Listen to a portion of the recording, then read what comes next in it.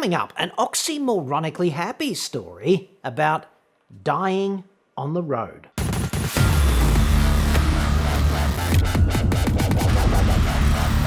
I'm John Cadogan from autoexpert.com.au, and I get new cars cheap for buyers here in Australia. Do hit me up on the website for that, won't you? Like, only if you're in the market. There's that. Let us get the most controversial part of today's story out of the way, up front, nice and early. It's this. Driving is safe, dudes. It's safe. But like the rest of life, it's just not totally safe. There is an element of risk. But driving is absolutely not unacceptably dangerous. It's just not. Like in the manner of, juggling a brown snake or playing hopscotch in a Cambodian minefield or something of that nature. And yet, the reality, the relative safety of driving is the exact opposite of the impression you might form if you ever watch the nightly news, especially over the upcoming Christmas holidays, where an otherwise slow news cycle can be sexed up infinitely with some good old-fashioned highway tragedy. Yes, thank God for that. Pro tip. The news is not reality, It's just not. It's an inversion of reality.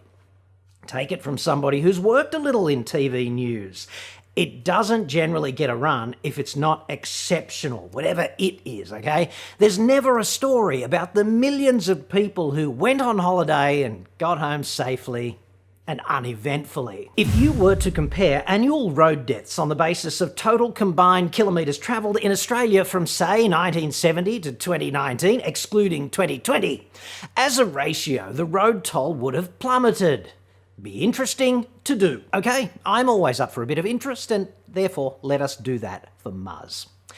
Back when I was 6 years old in 1970 and dinosaurs roamed the earth, road death was fair income, out of control in this country. It was just out of control. In total, 3,798 people died on Australian roads back in 1970. And today, the annual death toll is just over 1,100. A bit less than 5 million vehicles were on the road in 1970. About 20 million vehicles today in Shitsville out on the road. Population in 1970 was 12.5 million, if memory serves. Today, it's double that, 4 times the vehicles and twice the population, but significantly less than 1/3 of the death on the road. If that's not the happiest story ever, I really don't know what is. In 1970, nearly 8 people died for every 10,000 registered vehicles. Today, it's well below 1 death for every 10,000 vehicles.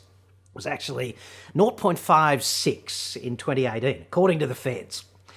In 1970, 30-ish people died on the road for every 100,000 people in the nation, and in 2018 it was about 4.5 for every 100,000, Essentially, therefore, in real terms, the roads are between 7 and 14 times safer, depending on how you choose to measure such a thing. In 2018, we drove collectively 227 billion kilometres. That's just Australia. That's 5.7 million laps of planet Earth. 57 million transcontinental runs from Steep Point in the west to Cape Byron in the east.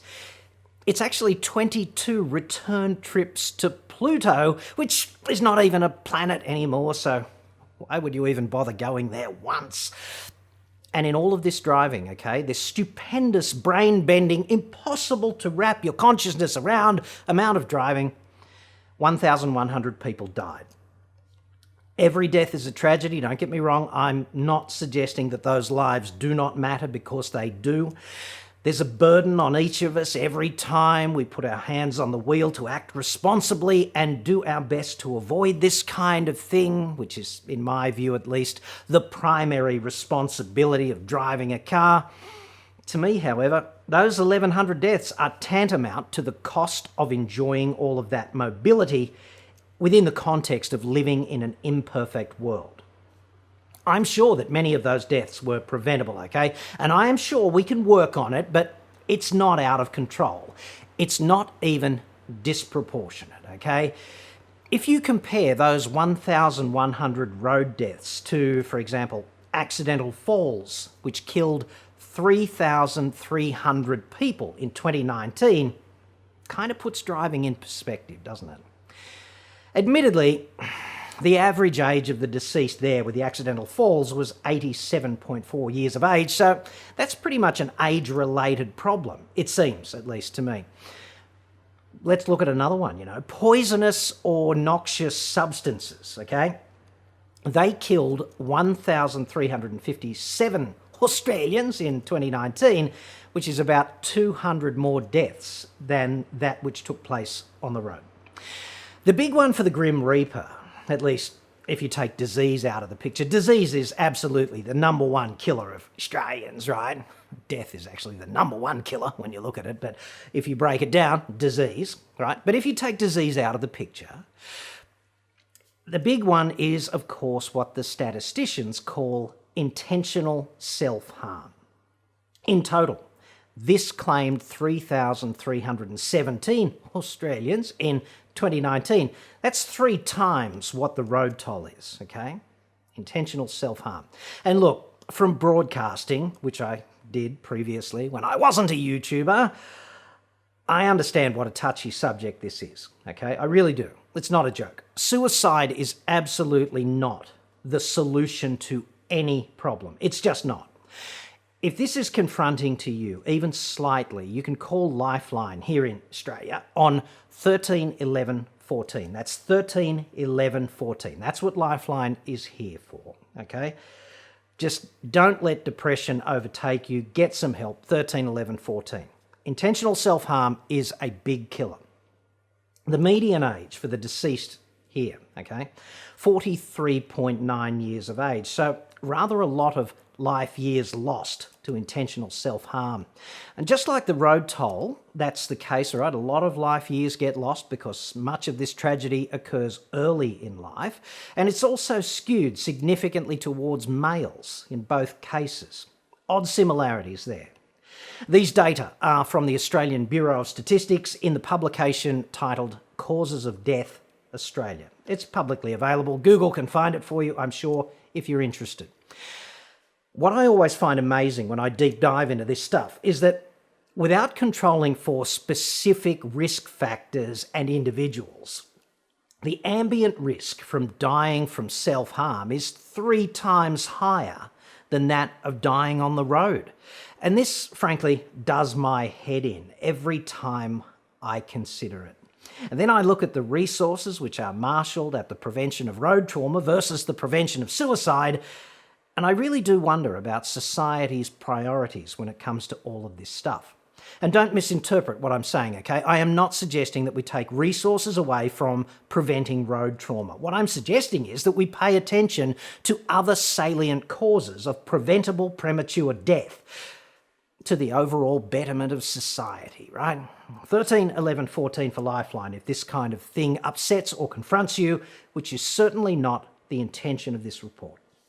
Today, we proud Australians are actually number 14 on the global road safety hit parade, behind, in 13th spot, Slovenia, and then Finland, Germany, the Netherlands, Spain, Israel, Japan, Sweden, Denmark, Ireland, the UK, Switzerland, and Norway in pole position. But the pack up the pointy end is pretty tight, so they're all pretty safe. We're pretty safe.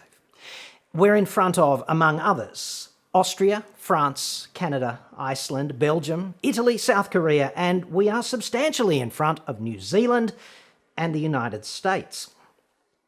Essentially, we got this safe here in Australia by mandating seatbelts in the 1970s and by profoundly changing the cultural acceptance of drink driving as a legitimate way to go about business on the roads in the 1980s, and by fitting advanced safety technology to cars after that.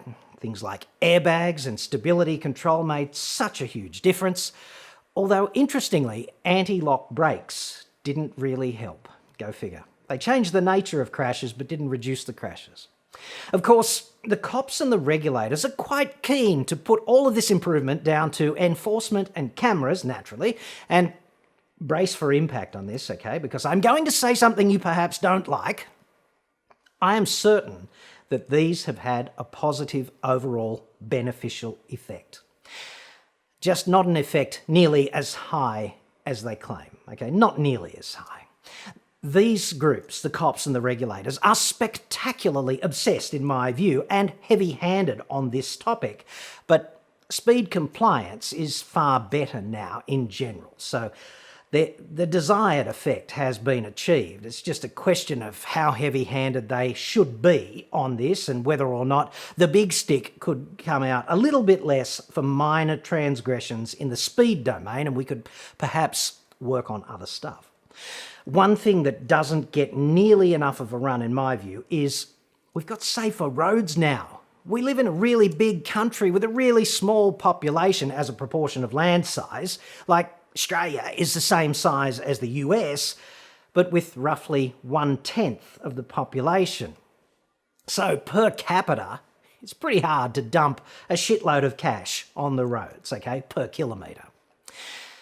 Our roads were properly shit in the 1970s, and since then various governments have made Australia less shit yes, by de-shitifying the roads somewhat over the past 5 decades. And that's an example of your tax dollars at work. Every freeway you drive on today is essentially a bunch of head-on collisions that will not happen anymore. So that's nice. Medical technology has improved dramatically too, a fact that nobody ever acknowledges in this domain as some sort of salient factor in survival if you get badly injured at the roadside. It was fairly medieval out there on the roads in the 1970s, right? Like, here's an example, okay, just for context. Dr. Russell Strong, dead set hero, but nobody, statistically, has ever heard of him. A Brisbane-based trauma surgeon in the 1970s, okay? Dr. Strong just got fed up one day with all of the death orbiting liver trauma in car crashes. And to explain, we drive on the right side of the car, okay? And the human liver is just down there on the right-hand side, down at the bottom of your rib cage kind of thing. So if you are the driver of a car and you get T-boned on the right-hand side, it's very easy indeed to suffer a broken rib or ribs that lacerates your liver. And the liver is so problematic surgically, right? It's like a big sponge full of blood, basically, with very few internal landmarks. It's extremely hard to do surgery on the liver. So back in the dark ages of the 1970s, when the Tyrannosaurus Rex got brushed aside and you rushed somebody to hospital with this sort of problem, the prevailing best practice medical advice on liver surgery was, don't bother, dude. It's not going to end well. Anyway, Dr. Russell Strong pioneered a technique called the Brisbane technique, which is, to this day, used worldwide in emergency liver repair and transplant surgery. Just look it up, Google can find it, the Brisbane technique, okay? Dr. Strong is a hero. Countless lives have been saved. There's no better term for Dr. Strong, right? He is a hero. And yet, as a nation, we continue to idolise people who can catch and kick a friggin' ball. Hashtag Australia. And if you cannot understand this, get Dickhead Pro today. It'll help you with comprehension of things of that nature. So, we have come rather a long way in road safety, but we have not yet done 2 critical things, in my view. We're not training drivers any better. Like, ask any young person what they are shitting bricks over in the context of their upcoming driving exam. It's the reverse park or the hill start if they're driving a manual.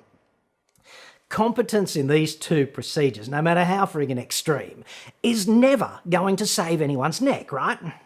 I'm completely cool with driving on roads where very few people indeed can reverse park, as long as they can all stop and swerve competently and understand the value of paying attention and treating driving like the serious undertaking it really is. So well done there, regulators. And we don't seem to be doing a very good job getting the class of drivers I would categorise as extreme dickheads off the road for good. The court system is spectacularly poor at achieving this. In the context of all of the goals previously kicked, which we just covered off, these two really don't seem so hard. They just don't. Not to me, anyway. I do wonder at times what's taking them so long.